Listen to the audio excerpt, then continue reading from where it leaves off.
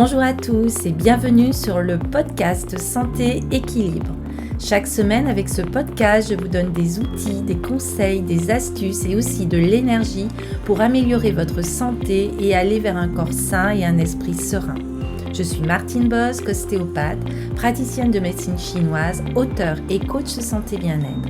Vous pouvez me retrouver sur mon site internet www.equilibrenco.com.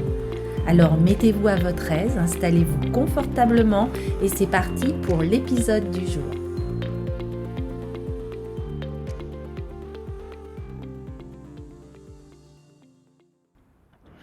Hello à tous et ravie de vous retrouver pour ce nouvel épisode de podcast Santé Équilibre.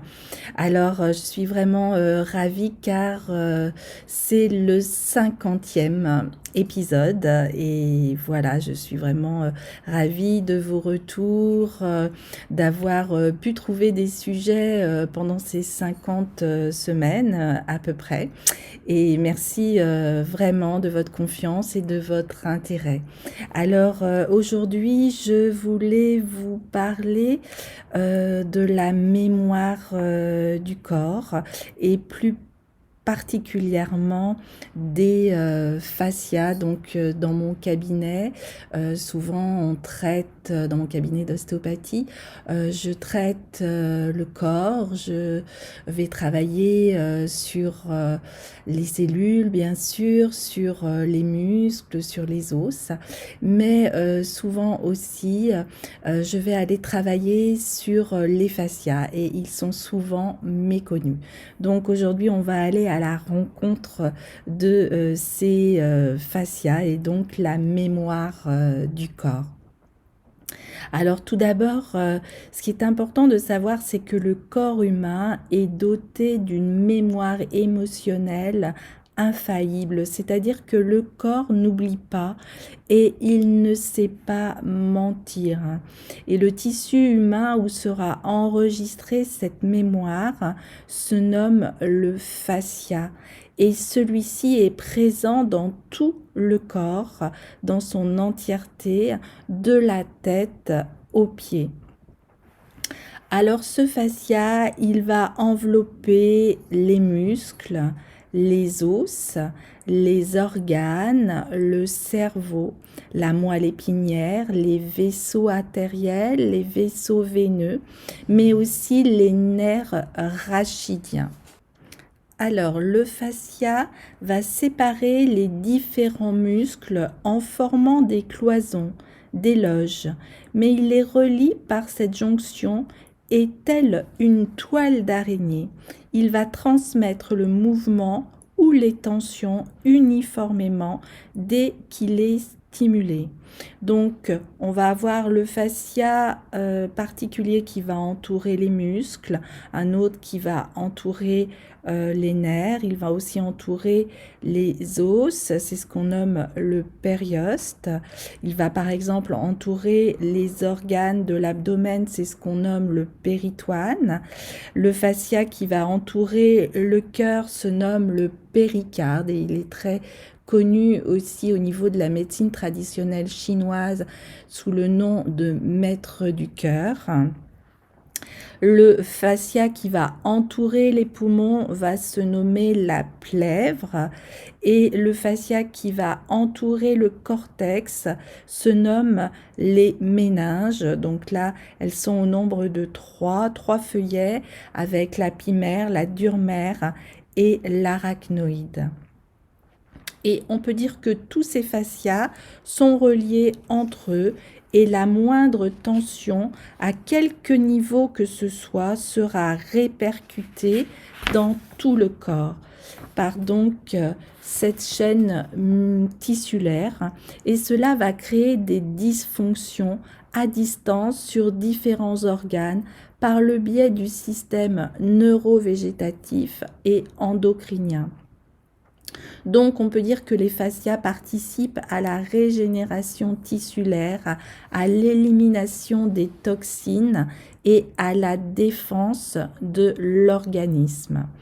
Alors, on va avoir différentes formes de fascia. Donc, c'est un tissu conjonctif qui va servir de jonction et on va avoir un tissu conjonctif aussi de soutien qui, à proprement dit, va aller faire des échanges au niveau des différents tissus. Alors, il va y avoir un tissu conjonctif de soutien qui est par exemple le tissu adipeux, mais aussi le périoste, la dentine. Et on va avoir le tissu hématopoïétique qui va représenter la moelle osseuse, la rate et les ganglions lymphatiques. Alors, la plasticité des fascias va permettre les rôles d'insertion, mais aussi de glissement, de protection et de séparation. Et donc, on va avoir ces aponevroses qui ont peu d'attaches fixes, mais des fois, elles vont se faire sur des os mobiles qui sont très, très importants dans le corps, comme la clavicule ou le péroné, qui sont d'ailleurs qualifiés d'os clés car ils permettent de réguler les tensions faciales. Et ils sont aussi comme des disjoncteurs, c'est-à-dire que quand les tensions sont trop élevées, ils vont disjoncter et ils vont perdre de leur mobilité et ils vont donc se figer. Selon Danny Bois, qui est très réputé pour avoir étudié les fascias, les différents liquides que sont le plasma, la lymphe, le liquide céphalo-rachidien et les liquides séreux qui vont circuler dans leurs différents compartiments va se faire grâce aux fascias. Et donc, ceux-ci vont permettre la circulation du milieu extracellulaire au milieu intracellulaire. Donc, on peut dire que la dynamique contractile et élastique des fascias va permettre un pompage du sang veineux par les fascias aponevrotiques, mais aussi un drainage des liquides séreux et leur évacuation dans le système lymphatique, un pompage des liquides intraosseux comme le sang veineux et un véritable essorage des sinus veineux, du liquide céphalo-rachidien, mais aussi du sang veineux, artériel, céphalique et rachidien. Donc, on peut dire que quand on vit un choc émotionnel, que ce soit dans l'utérus de sa mère ou durant sa petite enfance, ou même plus tard dans la vie, le corps est affecté d'une tension tissulaire minime qui se marquera sur le fascia.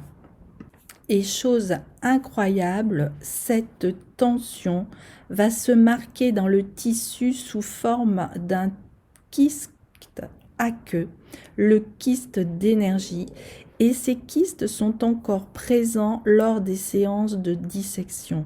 Donc on voit que vraiment le corps humain est comme un livre. Il va se lire avec les mains, par exemple, de l'ostéopathe, comme un détecteur de tension tissulaire. Et on peut dire que le corps parle. Ainsi, l'ostéopathe peut soigner et détecter les zones corporelles relatives à des chocs émotionnels et responsables souvent de peurs inconscientes, bloquant tout processus actif, dynamique, car le langage utilisé est celui des tissus et eux seuls vont pouvoir révéler la teneur et l'importance des émotions et des chocs encourus. C'est pour ça qu'il faut lire le corps comme on lit la route avec son code bien établi. Et la mémoire émotionnelle se charge, comme on charge un programme en informatique, de toute la souffrance vécue sur cette terre. Et cette souffrance va donner naissance à l'expérience. Mais cette expérience ne pourra être utilisée optimalement que si l'individu élimine cette souffrance qui parasite ses actes inconsciemment. Et c'est donc sur le tas de fumier qu'on découvre les plus belles fleurs, comme peut le dire aussi la maxime populaire. Pour continuer, je vais vous donner un exemple, par exemple d'une maman qui est enceinte de 7 mois et qui se promène chez elle et qui est très énervée, irritée.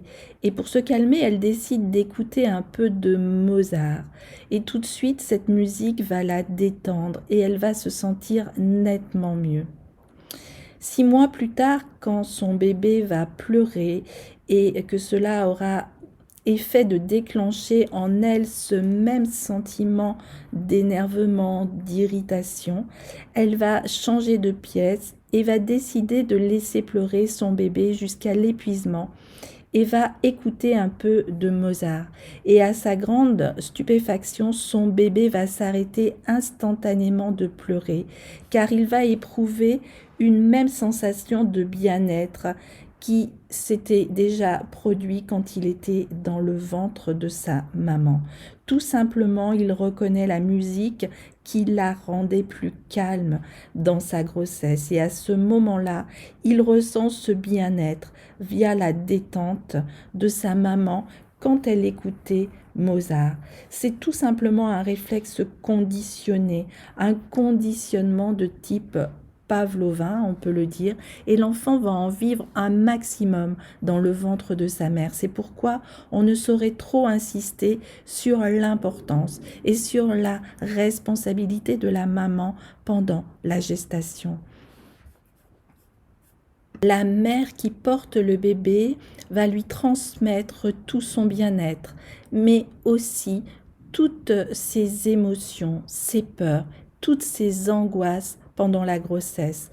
Alors évidemment, loin de nous et loin de moi l'idée de culpabiliser les mamans susceptibles d'entendre cet audio et ce podcast, mais il est vraiment impératif que toute femme enceinte soit consciente de son rôle émotionnel sur son bébé, car la mère va transmettre son capital génétique, bien sûr autant que le père, mais elle a aussi un rôle prépondérant dans l'acquisition du capital émotionnel de son bébé. C'est pour cela, vous l'aurez compris, qu'il est très très important de pouvoir effacer ces nœuds, ces mémoires, de pouvoir effacer la souffrance, et on peut y accéder directement en travaillant sur le corps, sur la mémoire du corps, en allant voir des thérapeutes comme des ostéopathes, des fasciathérapeutes ou d'autres professionnels de santé. Ce qui est important, c'est vraiment d'aller lever ces blocages, d'effacer ces nœuds et de pouvoir vivre ensuite ces pleines potentialités. Voilà, je vous remercie de votre écoute et je vous dis à très très bientôt, et surtout allez vraiment travailler sur votre corps et sur ses mémoires pour être en pleine santé. À très très bientôt, portez-vous bien.